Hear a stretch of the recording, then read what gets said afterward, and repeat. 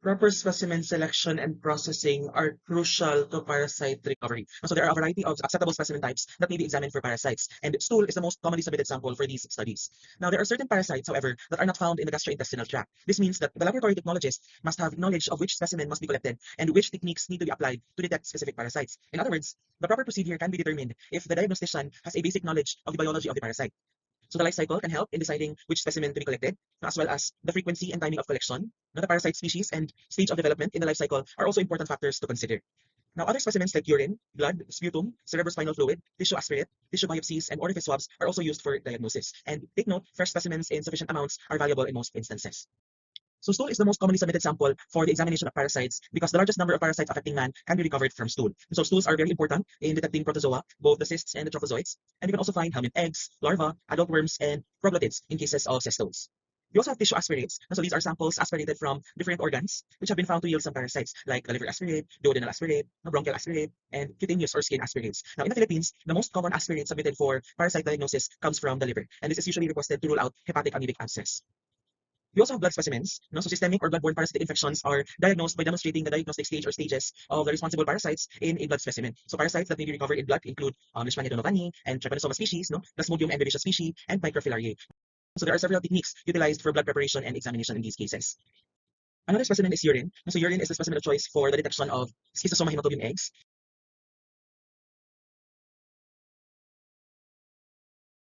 And this may also yield Trichomonas vaginalis trophozoites. And urine collected first thing in the morning is considered best for parasite recovery since there could have been concentration of parasites overnight. For sputum is typically collected and tested from patients suspected of being infected by the lung fluke Paragonimus westernani. We also have muscle biopsy. So this specimen is very useful in the diagnosis of Trichinella spiralis infection, where small pieces of muscles are pressed between two glass slides and the preparation is examined under the microscope. We also have cerebrospinal fluid, or CSF. CSF specimens may be collected for the diagnosis of amoebic conditions associated with select amoeba, as well as African sleeping sickness. And so the CSF must be examined promptly to detect the motility of these parasites. So a wet preparation can be prepared to search for the presence of the characteristic morphologic forms of Naegleria fowleri and Acanthamoeba species, no? And also the trichomastigoid stages of Trypanosoma species. And the last one is the orifice swab. So when we say orifice, we mean openings of the body. So examples include the vagina, now where Trichomonas vaginalis can be detected, and the perianal area where Enterobius vermicularis and Taenia species may be found. Now, the most common procedure performed in the area of parasitology is the examination of a stool specimen for ova and parasites. Now, this is abbreviated as ONP. So, ova here refers to the egg stage of select parasites, and parasites encompasses the other morphologic forms that may be present. Now, there are two general components associated with this routine parasitology procedure. We have macroscopic and microscopic examination, and we will be discussing each component as we go along with our discussion. Before we proceed to specimen processing, let us first discuss specimen collection and transport. So specimen collection is emphasized because morphologic forms of protozoa and helminths may be detected from a properly collected and prepared stool specimen. Now, the typical stool collection protocol consists of 3 specimens. That's 1 specimen collected every other day, or a total of 3 specimens collected in 10 days. Now, but one exception is in the diagnosis of amoebiasis. Now, this is where 6 specimens in 14 days is acceptable. Now, this is because parasites are often shed intermittently. So, this means that they may not appear in a stool specimen on a daily basis. Therefore, multiple specimens are recommended for adequate detection. So, this period increases the likelihood of recovering the parasite because it allows detection during periods of intermittent parasite shedding.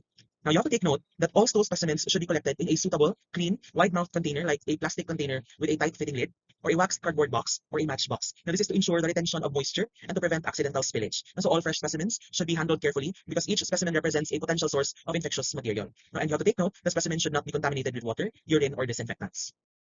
So this is an example of a stool specimen container. And as you can see, the container has a spoon attached to the lid. Now, the purpose of the spoon is to aid in proper specimen collection. But in the actual laboratory setting, we also use a plain white container, similar to those used for salads or sauces. Now, this is also acceptable as long as the container is clean, and it has a tight fitting lid to prevent spillage, also to retain moisture within the container. And the container should also have a wide mouth to facilitate easier and more convenient sample collection. Now, another important consideration is labeling. Now, every sample must have a proper label, and the label should be placed on the body of the container, not on the lid. Why? Because if the label is on the lid and the lid becomes separated from the container, the sample could be mismatched. Now, this may lead to erroneous results. So always ensure that the patient's name and all necessary details are clearly written on the container itself. Now, the amount of stool to be collected is dictated by the techniques that will be used. Now, but generally, a routine stool examination usually requires a thumb-sized, or a pea-sized, or a walnut-sized specimen of formed stool, or about 5 to 6 tablespoons of watery stool. And so it's very important to instruct our patients carefully on how to collect the specimen properly. Now, this includes using a clean, dry container provided by the laboratory. Now, avoid contaminating the stool with urine, water, or toilet paper. Now, collect the required amount according to the type of stool, whether it may be formed or watery. Now, ensure the container is tightly closed and labeled correctly with the patient's name and other required information, and to deliver the specimen to the laboratory as soon as possible. Now, another important consideration in testing fecal specimens for parasites is the time frame from sample collection, to receiving the sample in the laboratory, and examining the sample.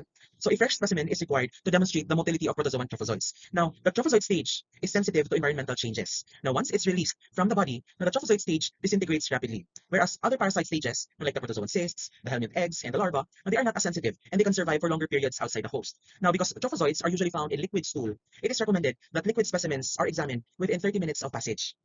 For semi-formed or soft stools, this may yield a mixture of protozoan cysts and trophozoites. That means this should be evaluated within 1 hour of passage. Now, for formed stool specimens, they are not likely to contain trophozoites. Therefore, they can be held for 24 hours following collection.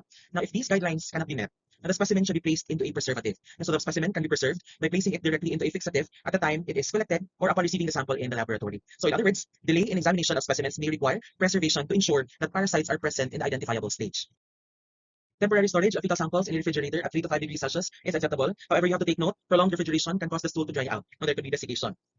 Trophozoites are also killed by refrigeration, although helminth eggs and protozoan cysts are usually unaffected. Okay? Never freeze stool samples and never keep them in incubators. Contamination with toilet water, urine, or soil must be prevented. So for urine, this should not be allowed to contaminate the stool specimen because it has been known to destroy protozoa and trophozoites. Stool should not be retrieved from toilet bowl water because free-living protozoa and nematodes may be confused with human parasites. And in addition to that, water may destroy select parasites such as schistosome eggs and amoebic trophozoites. Toilet paper in the stool specimen may mask parasites or they may make examination of the sample difficult. And in addition to that, soil may also contain free-living organisms that would complicate diagnosis of infections.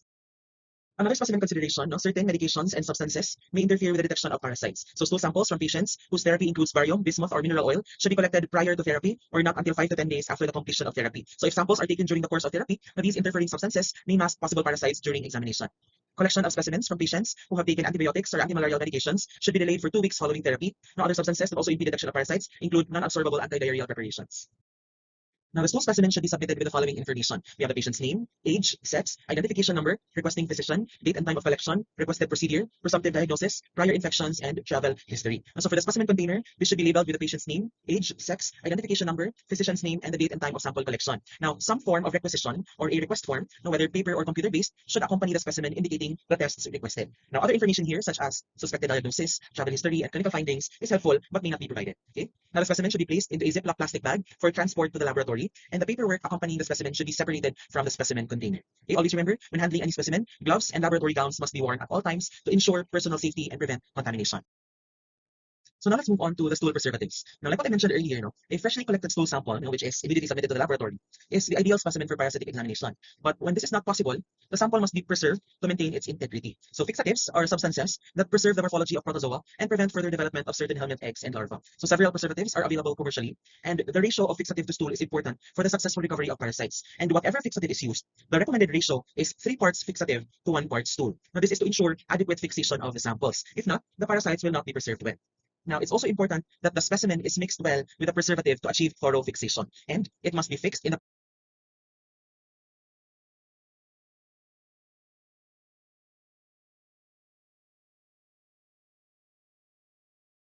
preservative for at least 30 minutes before processing begins.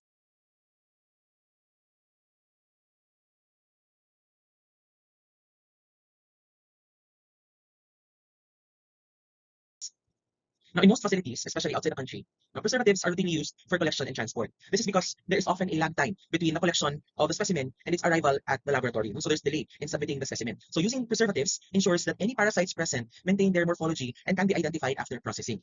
Now, correct processing depends on the use of appropriate fixatives, immediate fixation upon collection of the specimen, and adequate mixing between the fixative and specimen, correct? Now, because the patient is often responsible for collecting the specimen and transferring it to the fixative vials, it is important or it is essential to provide detailed and complete instructions. Now, so specimen collection guidelines should be written in plain, direct language so that healthcare personnel or patients can easily follow them. Now, so all clients must understand the importance of adhering to these guidelines. But in areas with non-native English speakers, alternate language versions of the guidelines should be readily available to ensure clear instructions. Now, and these guidelines must also include specimen rejection criteria, and adherence to these rules must be enforced to minimize the risk of reporting misleading or incorrect results. So for stool preservatives, examples of which are the commercial kits. Now, commercial kits may contain 1 or more vials, and each vial contains an appropriate preservative. So these kits contain vials with fill lines marked to indicate the appropriate sample volume because again, we need to follow the correct fixative to specimen ratio for adequate fixation. Okay? The most common collection option is a 2-vial system, the one here on the right, 1 vial of 5% or 10% formalin or buffered formalin, and 1 vial of fixative containing PVA. So the formalin vial, the pink one, is used for concentration and fecal immune assays, and the PVA vial, or the blue one, is used for the permanent stained smears. Now, for the stool preservatives, I'll start with formalin. Formalin has been used for many years as an all-purpose fixative for the recovery of protozoa and helminths. And there are two concentrations of formalin that are commonly used. We have a 5% concentration, now, which ideally preserves protozoan cysts, and a 10% concentration, which preserves helminth eggs and larvae. Now, so the solution may be buffered with sodium phosphate to preserve the morphological characteristics of the organism. Now, so if formalin is used, now they may be routinely used for concentration procedures, but not for permanent smears. Okay. Now, there are advantages and disadvantages to using formalin as a fixative. Now, so for the advantages, it is easy to prepare, it preserves specimens for up to several years, and it has a long shelf life. Now, for the disadvantages, no, is that it does not preserve parasite morphology adequately for permanent smears. No, and also the fact that trophozoites usually cannot be recovered, and the morphologic details of cysts and eggs may fade with time. Another stool preservative is the Schaudinn solution. Now, this is used to preserve fresh stool in preparation for staining the stool smears. And so this provides good preservation of morphology of protozoan trophozoites and cysts, but it contains mercury chloride, which is highly toxic to humans. Now, so problems of mercury disposal may therefore arise. Next, we have polyvinyl alcohol, or PVA. This is comprised of a plastic resin or powder that acts as an adhesive for the stool specimen when preparing slides for staining. And so PVA is normally incorporated into the Schaudinn solution, which usually contains mercury chloride as a base. Now, so the actual fixation is done by the Schaudinn solution. Now, just like any other preservative, PVA has advantages and disadvantages regarding its use. Now, so trophozoites and cysts of the protozoa, as well as most helminth eggs, now they may be detected using this fixative. But the greatest advantage of this preservative is that it can be used for the preparation of a permanent stained smear. Okay, the biggest disadvantage of using PVA is that Schaudinn solution contains mercury chloride. Now, and because of the potential health problems caused by mercury, strict regulations regarding the use and disposal of PVA have resulted in many laboratories looking for alternatives. No? So other alternatives to mercury-based PVA are the use of substitute compounds containing copper sulfate or zinc sulfate. So the advantage of these formulas is that they can be used for concentration methods and permanent stain smears. However, these substitute products do not provide the same quality of preservation for adequate protozoan morphology on a permanent stain slide as the mercury-based fixatives. Now, therefore, parasite identification will be more difficult. Okay? And among the two, zinc sulfate fixatives provide better results than copper sulfate reagents. Next preservative is methylate iodine formalin, or MIF. So the components both fix and stain the organisms. Okay, so this contains methylate, also called thimerosal, and iodine, which act as staining components, while formalin acts as the preservative. So this is useful for the fixation of intestinal protozoans, helminth eggs, and larvae. So the preserved stools can be examined through the wet mount, but difficulty in the specific identification of protozoans may be encountered. Okay, so the iodine component should always be freshly prepared since it is unstable. Next, we have sodium acetate acetic acid formalin, or SAF. This is a viable alternative to the use of PVA and Schaudinn fixative. So this preservative can be used for performing concentration techniques and permanent stain smears. So some laboratories have adopted this fixative because it only requires a single vial and it is mercury-free. Okay? SAF is easy to prepare and it also has a long shelf life. Okay? But it also has disadvantages. Now, because the adhesive properties of SAF are not good, the addition of albumin to the microscope slide may be necessary to ensure addition of the specimen to the slide. Furthermore, protozoa morphology from SAF preserved specimens is not as clear in permanent stains as when mercury-containing preservatives are used.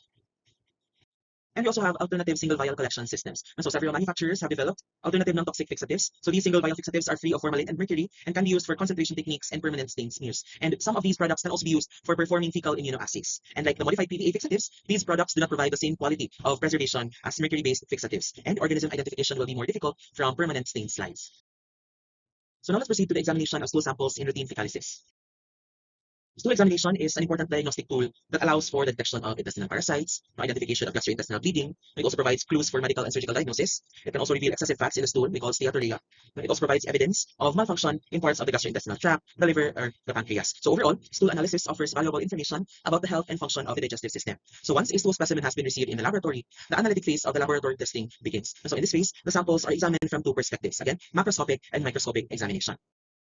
So let's start first with the macroscopic examination, or the gross examination. And so stool specimens submitted for parasitic study should first be examined macroscopically to determine the consistency and the color of the sample. And the specimen should also be screened and examined for the presence of gross abnormalities.